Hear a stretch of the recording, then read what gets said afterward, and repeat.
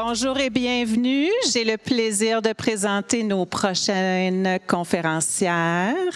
Donc, je vous présente Michèle Minard-Corriveau. Michèle Minard-Corriveau est une orthophoniste et professeure reconnue au département d'orthophonie de l'Université Laurentienne et également chercheur.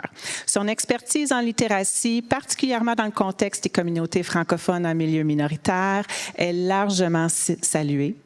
Elle possède une vaste expérience dans l'accompagnement d'élèves éprouvant des difficultés d'apprentissage de la lecture et de l'écriture.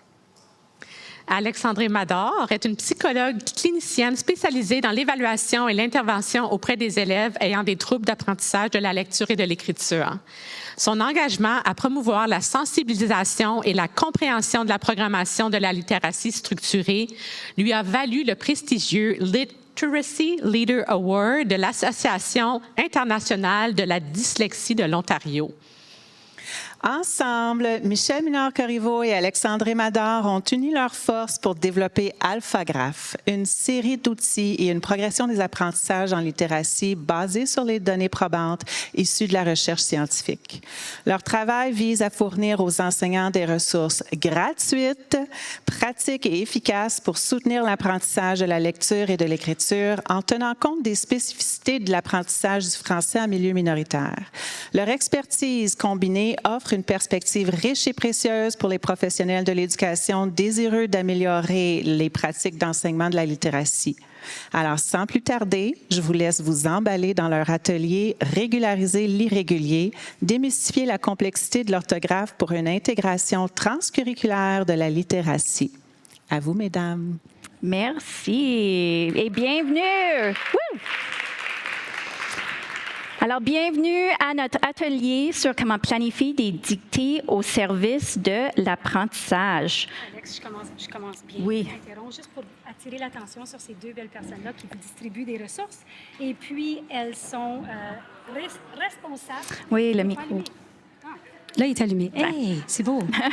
J'interromps Alex pour vous signaler à Isabelle et Ashley, je ne veux pas que vous quittiez la salle tout de suite, qui vous ont distribué des petites gâteries, puis elles sont largement responsables du fait qu'on est capable d'avancer puis d'offrir des ressources gratuitement parce qu'elles travaillent dans les coulisses depuis très longtemps. Donc, merci les filles.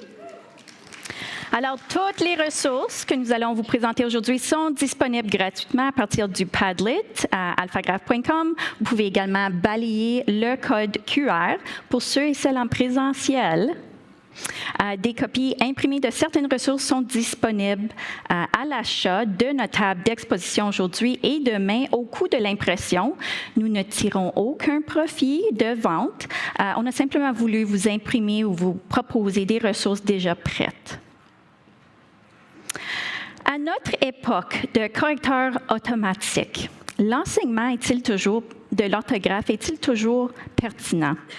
Avec l'avènement d'Antidote, Read and Write et plus récemment des outils de correction alimentés par l'intelligence artificielle, le temps de classe devrait-il être tout de même consacré à l'enseignement de l'orthographe? Bien, les recherches démontrent que oui. L'enseignement de l'orthographe demeure important pour plusieurs raisons.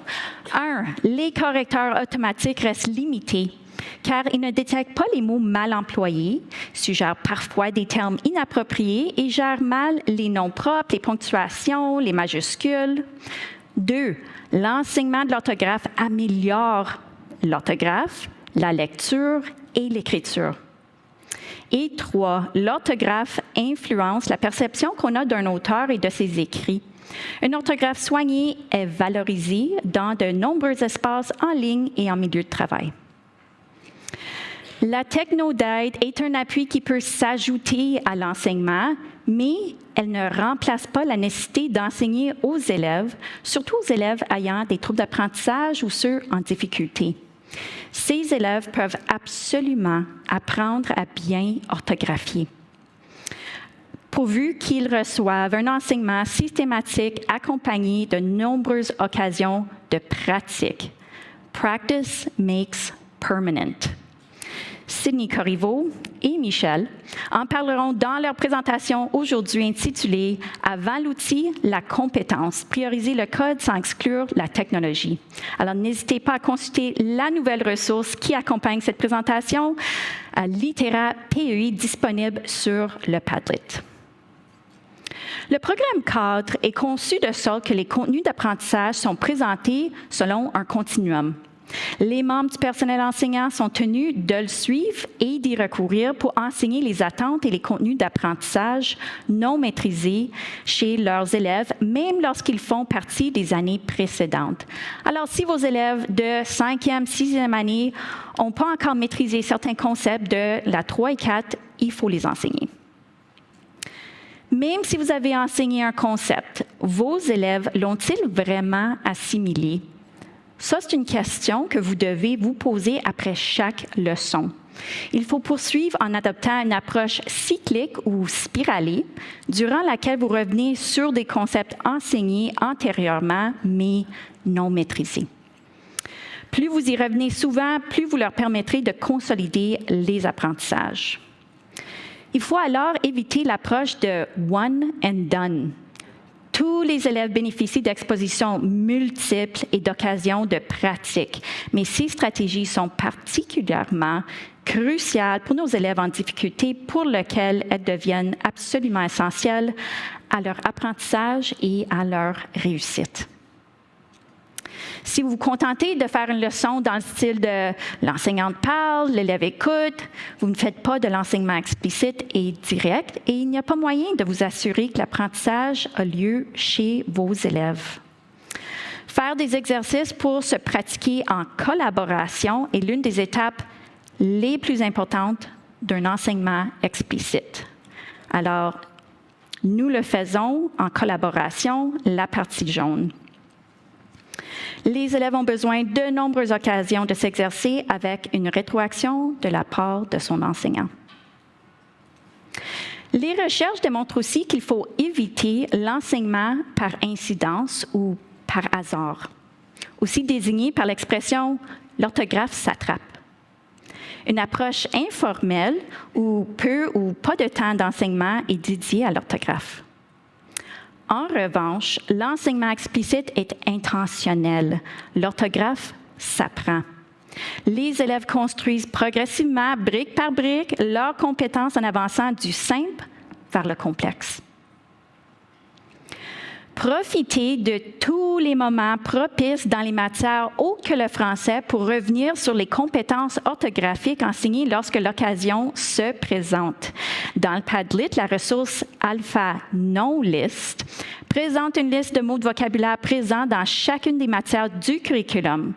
Ces mots sont répartis par niveau scolaire. Il ne s'agit pas d'une liste exhaustive de mots à enseigner absolument. Okay? Toutefois, si vous utilisez ces mots dans vos explications, vous devez enseigner le sens et vous pouvez recourir aux mots auxquels les élèves seront exposés assez souvent pour alimenter vos dictées. Le fait que les dictées ne sont pas obligatoires ne donne pas carte blanche pour les intégrer à votre enseignement sans, 1, fournir l'enseignement explicite sur les mots à l'étude, et 2, sans savoir comment vous allez ajuster le tir une fois que vous aurez les résultats en main. Leur résultat à la dictée, c'est pour vous, c'est pas pour eux. Il vous permet de savoir ce qui vous reste à enseigner et ce qui a été maîtrisé. Évitez d'envoyer une liste de mots hors contexte ou non enseignés à la maison le lundi pour les évaluer le vendredi. Privilégions un apprentissage contextualisé et progressif. Il faut aussi éviter d'adopter des stratégies superficielles d'apprentissage qui semblent ludiques, mais ne sont pas efficaces, comme l'écriture en couleur arc-en-ciel. Alors, voici une petite vidéo à ce sujet. Écrire en arc-en-ciel n'est pas une stratégie efficace puisque nos cerveaux ne répertorient pas les mots visuellement. Une meilleure façon de faire cette activité est d'écrire les sons en arc-en-ciel.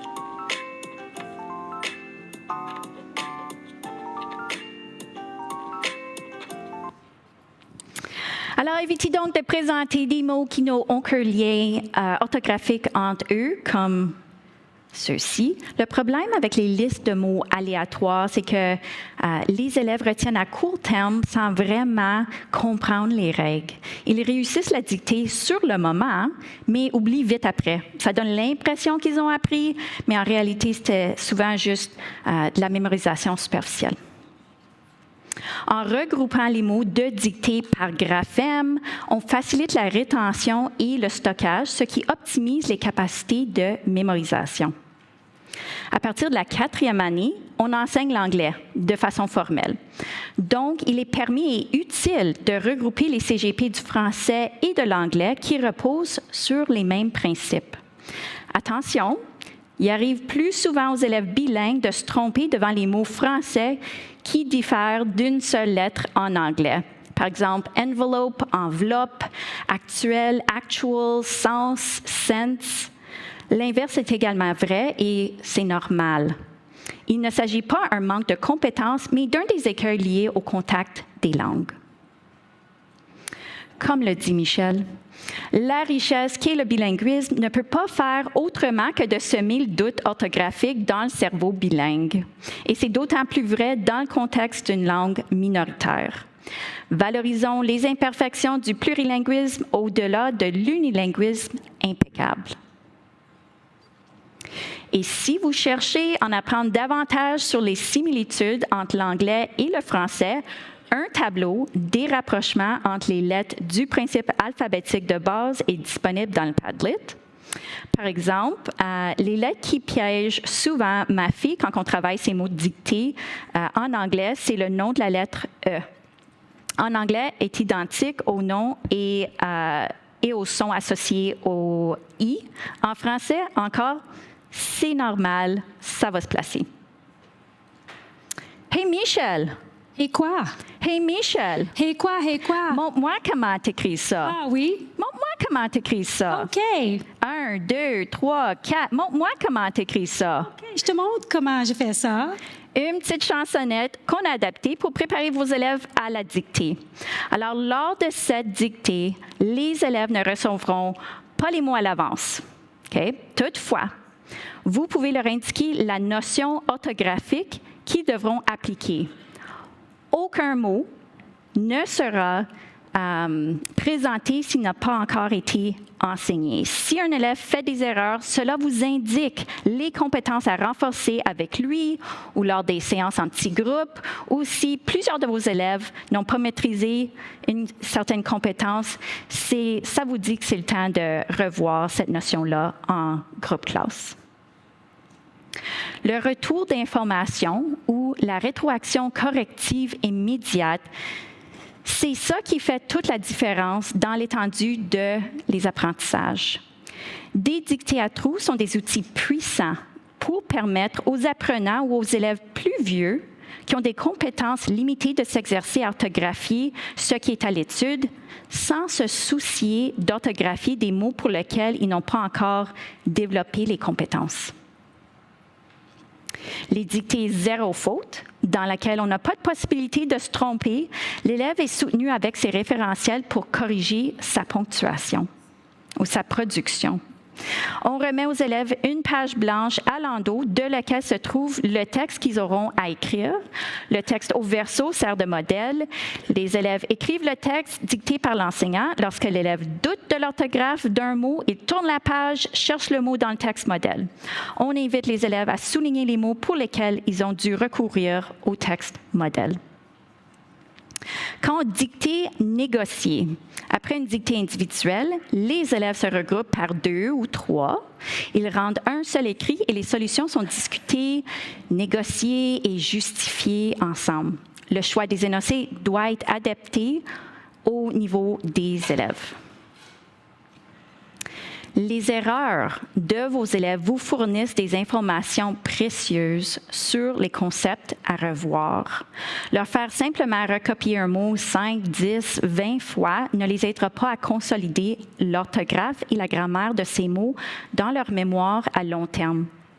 Il est crucial d'analyser les erreurs pour ajuster votre enseignement en proposant des exercices ciblés qui favorisent une compréhension profonde et une mémorisation durable des règles. Pour reformuler les propos donnés de Archer, on n'apprend rien assis sur les gradins, tout le monde fait tout. Ne vous fiez pas uniquement aux mains levées. Cherchez à rendre l'apprentissage plus interactif pour vos élèves. Archer recommande de viser 3 à 5 réponses par minute pour améliorer l'engagement de vos élèves. Vous pouvez leur demander d'utiliser des gestes ou des signaux de la main pour répondre aux questions que vous posez au groupe en entier. Dans la vidéo qui suit, vous allez voir comment tous les élèves sont appelés à participer à cette leçon. Alors, Christelle Bruno, enseignante d'une 3 et 4 à l'école Hélène Gravel du Conseil scolaire du Grand Nord et récipiendaire du prix d'excellence de l'Association des troubles d'apprentissage de Sudbury, modélise une leçon d'enseignement explicite d'une compétence orthographique. Il ne s'agit pas de la leçon complète, mais elle vous donne une idée ou un aperçu des diverses composantes qui s'étendraient habituellement sur quelques jours d'enseignement.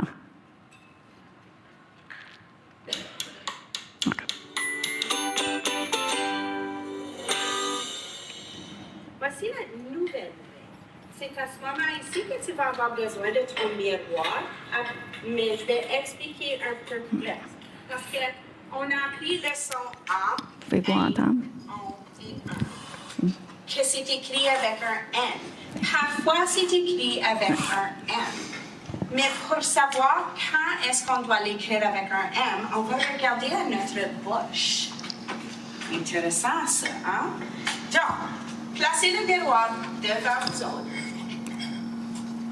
Est-ce qu'on est prêt? OK. Lorsqu'on dit n'importe quel de ces sons-là, puis ta bouche ferme, si ta bouche ferme après le son, ça veut dire qu'on écrit avec un M. Est-ce que c'est clair? Donc, moi, je vais dire un mot. Ensuite, vous allez le répéter en vous regardant dans le miroir pour voir si c'est écrit avec un N ou un M. Est-ce qu'on est prêt au défi? Oui. OK. Le mot chambre. Répète. Chambre. Est-ce que ta bouche ferme? Oui. Oui. Est-ce qu'on voit tout? Moi, j'aimerais que tout le monde réponde. Est-ce que ta bouche ferme? Oui. Ah, donc comment est-ce qu'on l'écrit? Avec un N ou un M? M, c'est ça. On est prêt encore? Oui. OK, on a le mot lampe. Est-ce que vous avez regardé dans le miroir? Oui. Est-ce que c'est écrit avec un N ou un M? Excellent. C'est quoi la règle? Quand ça prend ferme, c'est bouche fermée. Ah. Et quand ça reste ouvert, c'est M. OK, est-ce qu'on peut tout répéter ça? Donc, quand la bouche Ferme, c'est M. Quand la bouche est ouverte, c'est M. X. 36. Est-ce que c'est écrit avec un N ou un M? M. Excellent. Prochain mot. Important. Important. Est-ce que c'est écrit avec un M ou un N? M. Essayez encore le mot. Important. Est-ce que c'est un N ou un M? M. C'est un N. Quoi? Regarde. Important. Essayez, ralentissez. Peut-être on va le segmenter un peu plus. Est-ce qu'on peut essayer encore? OK. On va répéter encore, mais on va le dire beaucoup plus lentement pour voir nos lèvres. Important. Dis-le encore.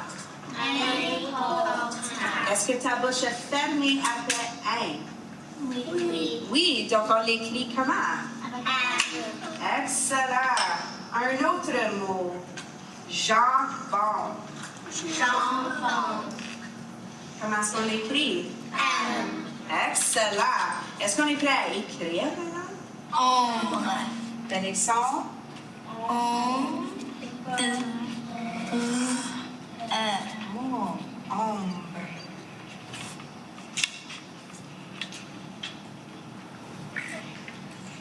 Ici, est-ce qu'on entend ceci à la main? Parfait. Ça va être ici parce qu'elle est... Exactement. Puis belle correction avec ceci.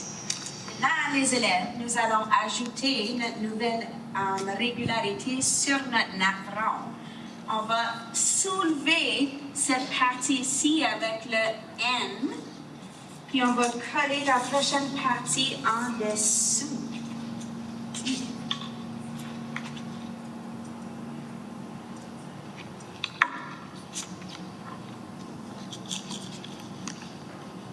OK.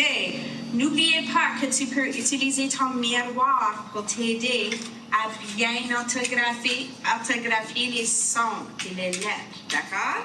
OK. Premier mot, grandir. Grandir.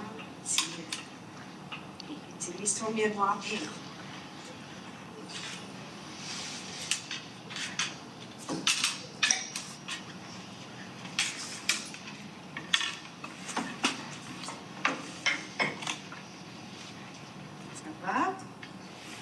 Deuxième mot, septembre.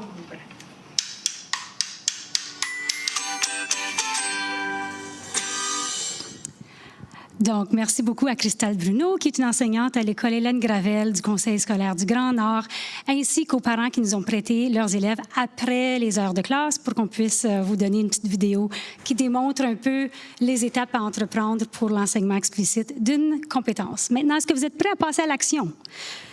On a quelques diapos à passer avant d'y arriver, mais on aimerait vraiment que vous ayez cherché votre téléphone s'il n'est pas très loin, parce qu'on va vous partager un peu notre processus décisionnel quand on vient à choisir des mots pour la dictée ou pour l'étude du mot ou l'enseignement explicite.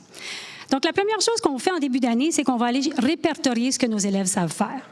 Donc, en fonction du niveau scolaire que j'enseigne, je vais donner peut-être une petite dictée de mots que je pense qu'ils pourraient, auxquels je pense pour lesquels ils ont maîtrisé les compétences. Puis, quand j'ai terminé, je vais aller faire la liste de ce qui n'est pas maîtrisé, puis la liste de ce qui est maîtrisé. Ce qui n'est pas maîtrisé par la majorité du groupe, ça m'inquiète moins tout de suite. Je vais avoir le temps de l'enseigner. Mais ce qui est maîtrisé par la majorité du groupe, mais pas par quelques-uns, ces élèves-là vont avoir besoin d'un peu plus de soutien et un peu plus d'explicite. Parmi les compétences qui ne sont pas maîtrisées par la majorité du groupe, là, j'ai du ménage à faire. Donc, je fais la liste, puis je vais commencer à faire des regroupements en essayant de gagner du temps. Est-ce qu'il y a des compétences que si je les enseignais en même temps, je pourrais faire en sorte que ça va se consolider plus rapidement? Est-ce qu'il y a des liens à faire entre des compétences enseignées ou maîtrisées antérieurement que je peux faire avec ces différentes compétences-là? Donc, je dois toujours m'interroger sur non seulement les compétences orthographiques que j'ai enseignées, mais qu'est-ce qui a été enseigné à mes élèves avant qu'ils me soient confiés?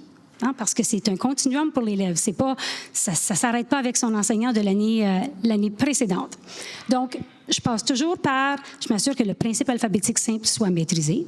Bien sûr, si je suis en 3e, 4e, 5e année, ça devrait avoir été acquis. Puis, je vais tenter, comme je disais, de faire un petit peu de ménage dans l'enseignement des graphèmes composés, complexes et contextuels.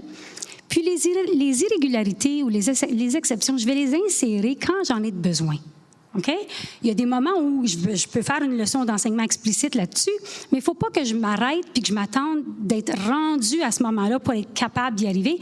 Des fois, ils vont avoir besoin d'un mot pour lequel ils ne sont pas tout à fait prêts, parce que sans ça, je ne suis pas capable d'avancer, je ne suis pas capable de faire des phrases, je ne suis pas capable de lire des livres même très, très simples. Donc, dans la planification de votre activité pédagogique, ça peut se passer dans votre bloc de littératie, bien sûr, vous avez maintenant des gabarits que le CPO, avec une équipe du tonnerre, a créés, pour lesquels vous avez des fiches pour chacune des correspondances graphèmes-phonèmes qui figurent dans le continuum du ministère de l'Éducation de l'Ontario, qui est vraiment le continuum de ce qu'on a besoin de maîtriser pour pouvoir lire et écrire aisément. Et puis, à l'intérieur de ça, il y a des ressources, il y a des liens, vous avez des séries de mots, de non-mots, organisés, de syllabes plus simples vers des syllabes plus complexes. C'est vraiment magnifique. C'est pas la panacée, c'est pas censé l'être, mais c'est un bon point de départ. Puis à vous de vous ajuster, d'écarter les mots qui ne vous servent pas, puis d'intégrer les mots qui vous servent. Vous avez également des ressources pour planifier ça dans Alphalist et puis la section, je pense que c'est 14 maintenant, de Alphagraph. Dans le Padlet, il y a une section, la section 2. C'est la section à laquelle vous allez avoir toutes sortes de ressources que vous allez pouvoir feuilleter lors de l'activité qui vous attend prochainement. Donc, oui, on veut mettre en valeur les tendances et les dominances. Mais ça ne sert à rien de dire à l'élève que la majorité du temps, quand un mot se termine avec un « e », c'est féminin.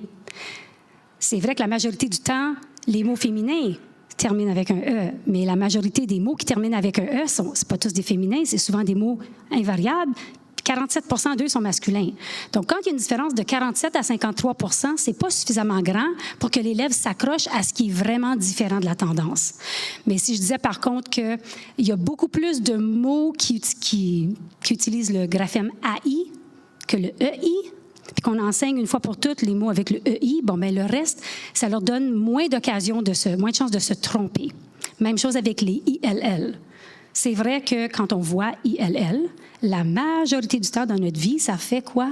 Ça représente le son « et », sauf dans 3 familles de mots, ville, mille, tranquille, puis des fois dans les préfixes comme illuminé.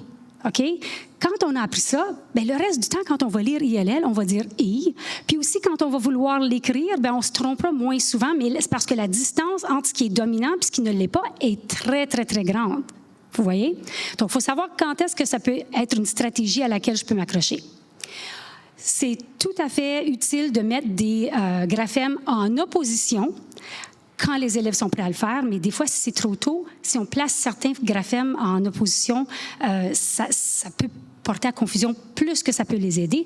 Donc, on va en parler un petit peu au cours de la matinée qui nous reste, il nous reste, je pense, comme une trentaine de minutes.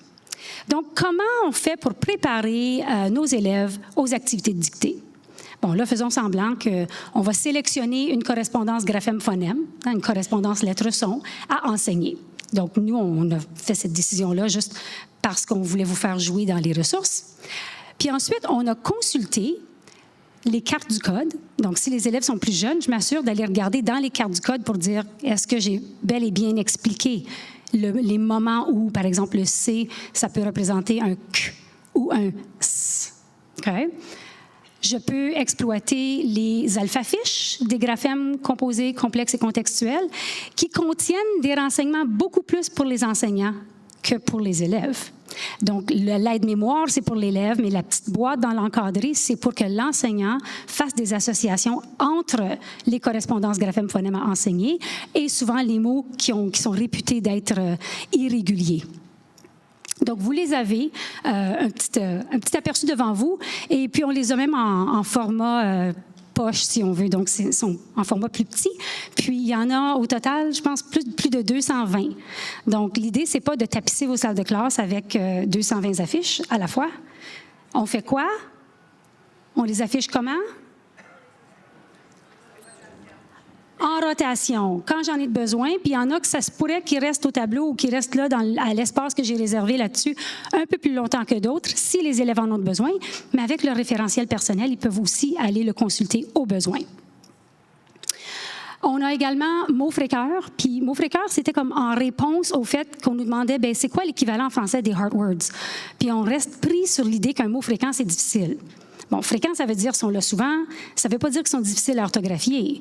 D'ailleurs, il y a plusieurs des mots fréquents dans mot-fréqueur qui n'ont pas de cœur dessus. Parce que tout ce qui est là, ça suit une régularité. Ce n'est pas parce que le AI, c'est 2 lettres, que c'est nécessairement très difficile. Si on apprend que la majorité du temps, le AI, c'est « est », l'exception ou la minorité, ça va être le AI qui fait « et », puis on sait exactement dans quel contexte ça se passe. Donc, quand on va avoir enseigné ça aux élèves, les cœurs peuvent disparaître. Donc, il y a des notions qui ont comme un cœur temporaire, mais il y en a beaucoup, beaucoup moins qu'en anglais. Parce qu'en anglais, les mots fréquents, très souvent, vont contredire une autre règle très dominante, comme le AI du mot « said ».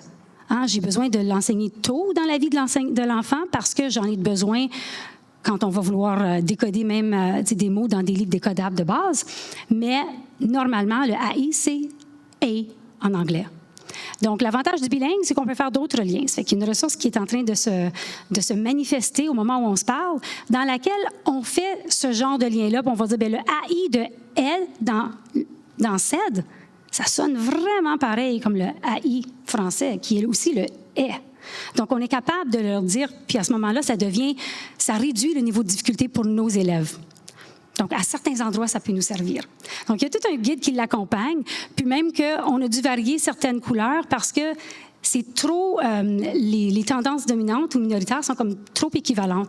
Donc, parfois, il va y avoir un carré bleu foncé ou bleu pâle, puis ça veut juste dire qu'on a, si c'est pâle, on a plus qu'une option en lecture ou en écriture. Et puis, c'est juste d'y penser un petit peu, mais c'est pas un cœur dans le sens que c'est irrégulier. On a aussi des lettres muettes à la fin des mots, où le H qui est muet, bien, il ne mérite pas un cœur parce qu'il est muet. C'est toujours la même chose. Donc, il va mériter un carré gris. De cette façon-là, l'enfant sait de ne pas le produire. Les cœurs sont réservés vraiment, vraiment à ce qui est très exceptionnel. On a les fiches de mapping orthographique pour les élèves de la maths à 2 ou au-delà si on en a besoin, mais on peut aussi les faire varier pour les élèves plus vieux en éliminant peut-être la composante qui est trop, qui fait un petit peu trop enfantin.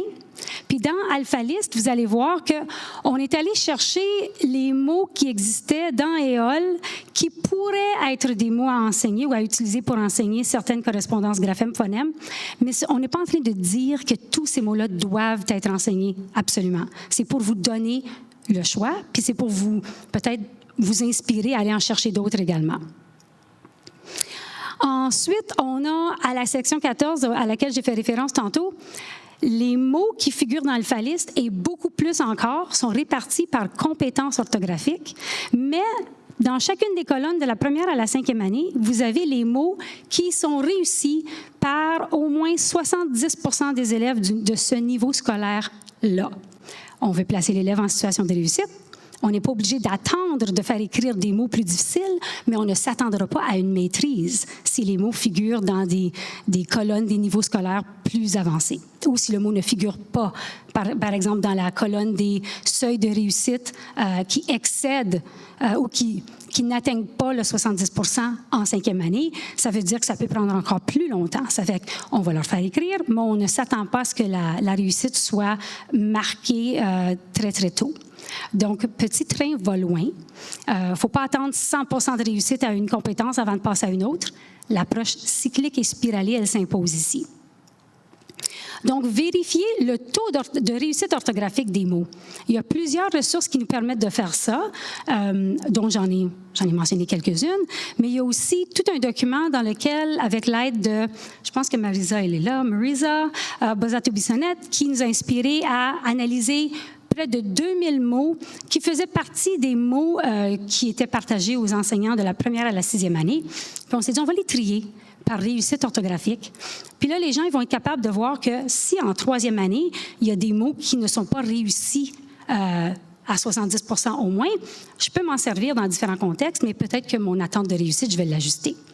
Donc, vous avez tout ça et les explications des règles d'orthographe lexicale dans le chapitre 14 d'Alphagraph. Et puis, vous nous avez demandé des ressources qui permettraient de jumeler l'enseignement de ce qui se passe en français avec l'anglais, parce qu'en 4e année, on est rendu là. Alors, demandez, vous recevrez. On vous a préparé un aperçu, un petit sneak peek de ce qui s'en vient. Et on est en train de faire des alpha-fiches pour les règles orthographiques de l'anglais. Vous allez vite comprendre que c'est pas vrai que le français, c'est plus difficile que l'anglais. C'est juste que l'anglais, il est tellement plus fréquent que ça semble plus facile à attraper. Alors, donc, avec toutes ces ressources-là, on a créé comme un organigramme. Cet organigramme-là, c'est notre processus décisionnel devant est-ce que j'intègre ce mot-là à ma dictée, oui ou non. Alors, le processus de réflexion devant la sélection de mots à enseigner de manière explicite.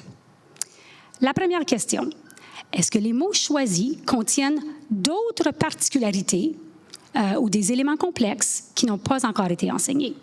Parce qu'il y a des mots pour lesquels il y a plus qu'une particularité dans le mot. Donc, je tente d'éviter ça un petit peu quand je veux choisir des mots pour placer l'élève dans une situation de réussite. Alors, si les mots contiennent de ces particularités-là, alors retirez-les, puis vous pouvez les utiliser dans un enseignement explicite ultérieur. Ou vous pouvez faire des dictées à trous dans lesquelles les élèves n'écrivent pas la partie qui n'a pas encore été enseignée. Donc, vos dictées à trous pourraient être même plus réduites qu'un tiret pour un mot. Ça peut être un tiret pour une correspondance graphème-phonème. Si les mots que vous avez choisis, que vous allez choisir dans quelques minutes, ne contiennent pas d'autres particularités que ce que vous cherchez à enseigner, alors vous vous posez une autre question. Est-ce que ces mots-là peuvent être orthographiés avec 70 % de précision par d'autres élèves à peu près du même niveau scolaire? Ce n'est pas une science exacte. On ne veut pas que vous vous mettiez à faire l'analyse de plein de mots, c'est pour ça qu'on le fait pour vous. Mais on veut juste que ça suscite la réflexion. Puis ça va surtout vous aider à comprendre les erreurs de vos élèves. Parce que des fois, on va rater un petit peu le coup. Hein? Quand on enseigne, j'en fais des erreurs là, avec des élèves que je vois en thérapie. Puis, il n'y a pas personne là pour le voir. Ça fait que je peux juste vous en parler à des conférences comme ça. Mais ce que ça me permet de faire, c'est de me dire, je pensais vraiment qu'il était prêt pour ce mot-là. Finalement, il ne l'est pas. Alors, ça va me renseigner sur ce qu'il me reste à enseigner. Ça va? Alors, si les mots ne peuvent pas être orthographiés avec 70 % de précision par des élèves du même niveau scolaire, je peux retirer ces mots en vue d'un enseignement explicite ultérieur ou faire des dictées à trous.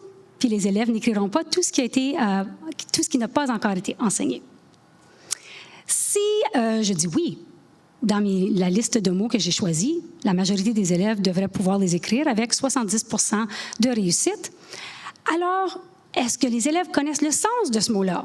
Parce que s'ils ne connaissent pas le sens, oui, ils pourraient l'orthographier correctement, mais ça va vraiment aider à consolider ça en mémoire si on est capable d'y rattacher un sens. Alors, si les élèves connaissent le sens, excellent. Vous avez répondu oui aux 3 questions, puis vous avez répondu qu'il n'y a pas de difficulté, puis oui aux 2 questions. Vous pouvez utiliser ces mots avec aisance et avec confiance dans votre dictée. Si les élèves ne connaissent pas le sens, mais les correspondances graphème-phonème sont connues, alors enseignez le sens des mots. Puis ensuite, vous allez être capable de les faire intégrer à leur quotidien. Ensuite, vous pourrez les utiliser dans vos activités de dictée. Ça va? Donc, cet organigramme-là, c'est notre processus décisionnel. Puis, il faut toujours garder en tête qu'il y a 2 réalités super importantes à ne pas confondre. Okay? Il y a des mots qui ont peu de possibilités d'être lus différemment, mais lorsqu'on se met à écrire ces mots-là, on pourrait avoir plus de possibilités à les orthographier. Okay? Mes enfants ont tous fait la même gaffe, puis ils ne se sont pas parlé, je vous assure. Donc, ils écrivaient le mot « car », C-A-R, 100% correctement, jusqu'au moment où ils ont appris que le son « k » en français, très souvent, c'est « Q-U ». Donc là, ils ont dit, ça doit être plus compliqué que ce que je faisais avant. Donc, ils ont commencé à écrire « car », Q-U-A-R, jusqu'au moment où j'ai donné un retour d'information en disant, non, mon petit cœur, tu l'avais bien avant. C'est vraiment plus simple que ça. C'est le C-A-R parce que C devant A, ça peut faire « k ». Puis le tour était joué. Okay? Donc, il y a différentes façons d'orthographier des mots, comme ce que vous allez voir là.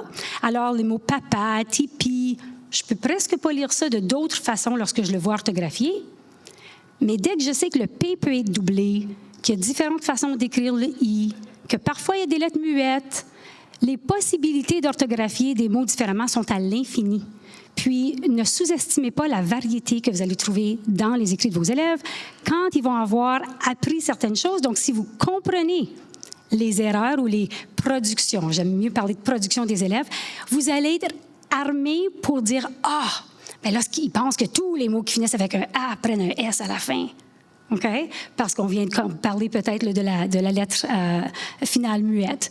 Donc, ça va si vous tentez d'entrer dans l'esprit de votre élève, là, vous allez vraiment, vraiment découvrir des richesses inestimables. Alors, le moment est venu. Okay? Vous pouvez balayer le code QR qui va vous ouvrir le Padlet. Le Padlet, c'était ma réponse à mes propres limites puis mes défis quand quelqu'un me dit à quel endroit est-ce que je trouve telle chose ou où sont tes ressources pour travailler le décodage ou comment est-ce que je fais pour mieux planifier mes dictées. Donc, il y a quand même une structure à ce Padlet-là, puis je vais tenter de ne pas la changer souvent pour que vous puissiez retrouver ce qui vous tient à cœur au moment où vous cherchez à le faire. Donc, si vous vous rendez à la section 2, vous allez voir vous allez ouvrir des hazines. Donc, c'est un petit, comment je pourrais dire, c'est comme une petite revue qui vous permet comme de faire du lèche-vitrine avant de décider si vous voulez aller télécharger la ressource. Okay? Parce qu'on sait qu'il y a plusieurs ressources. Mais dans un contexte comme aujourd'hui, ça va vous permettre aussi de feuilleter pour choisir vos mots. Donc, si vous allez à cette ressource-là, vous allez trouver, entre autres, les fiches de planification, gracieuseté du CPO. Donc, vous allez avoir un Google Drive qui va s'ouvrir, dans lequel vous avez un gabarit qui contient toutes les correspondances graphèmes-phonèmes. Puis chacune d'elles, vous pouvez cliquer là-dessus et puis ça va s'ouvrir sur un autre Google Docs. Puis vous allez avoir des beaux tableaux avec des explications pour enseigner cette correspondance graphème-phonème-là. Et puis, il y a Lucie Paquette qui va en parler lors de son atelier tantôt. Vous allez également trouver le fameux chapitre 14 dans lequel vous allez avoir des centaines de pages avec un code de couleur pour vous aider à mettre le doigt sur la correspondance graphème-phonème juste que vous cherchez à enseigner. Et puis, à l'intérieur de ces affiches complexes qui figurent dans le chapitre 14, vous avez des indices sur le rappel de la règle, parce qu'on n'a pas toujours ça là, frais dans la mémoire. Donc, pour les fins pratiques de l'activité d'aujourd'hui, ce qu'Alex et moi, on a décidé de vous demander de faire, c'est vous pouvez travailler en partenaire.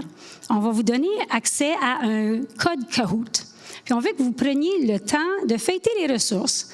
Prenez pas trop de temps. On veut juste que vous arriviez avec 10 mots qui pourraient être utiles pour enseigner ou pour faire une dictée à trous, une activité qui cible le C et le G dur.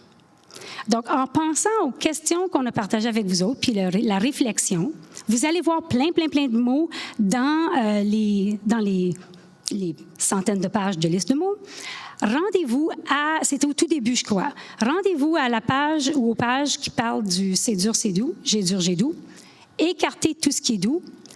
Allez voir le c'est dur, G dur, puis tentez de trouver une dizaine de mots que vous pourriez utiliser, dans lesquels, c'est quoi qu'on ne veut pas faire qu'est-ce qu'on ne veut pas dans ces mots-là? Si c'est des correspondances graphème-phonème du c'est dur, G dur. On ne veut pas quoi? On ne veut pas de c'est doux, G doux tout de suite. On ne veut pas les mêler tout de suite. Okay? On a enseigné le c'est dur, on a enseigné le G dur, on fait semblant. On veut maintenant faire une activité pour consolider ça parce que c'est toujours devant les mêmes contextes. Ça va toujours être devant les lettres A, O, U. Ça va? Donc, qu'est-ce que je veux écarter de la liste de mots que vous allez voir?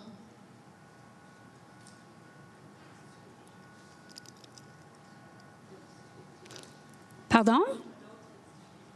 Des mots dans lesquels il y aurait d'autres difficultés que le c'est dur, G dur. Oui. Et dans quelle colonne est-ce que vous allez aller? Je ne vous ai pas dit encore le niveau scolaire. On avait dit quoi? 3e, 4e? Donc, on cherche à créer une liste de mots, 10 mots pour des élèves de la 3e, 4e année. Donc, est-ce que vous allez aller piger dans les mots de la 5e année? Non. Est-ce que vous pouvez aller piger dans les mots de la 1e et de la 2e année? Bien sûr. Est-ce que vous allez seulement prendre des mots de la 1e et de la 2e année? Non. OK. Donc, après que vous avez fait le rappel de la règle avec vos élèves, maintenant, vous êtes en train de planifier tard le soir chez vous. J'espère que non, mais c'est peut-être le cas. Puis vous allez sélectionner ces mots-là. Donc, parmi les mots qui figurent dans les listes, évitez de puiser dans les listes de mots qui ne sont pas encore réussis avec 70 de réussite orthographique, puis de choisir les mots pour lesquels vous ne connaissez pas le seuil de réussite, à moins d'être assez confiant que les élèves sont capables de les orthographier, ou à moins d'en avoir vraiment besoin, parce que ça se pourrait ça aussi. Okay? Donc, tout de suite, vous allez éliminer des sections, puis vous n'irez pas toucher ces sections-là.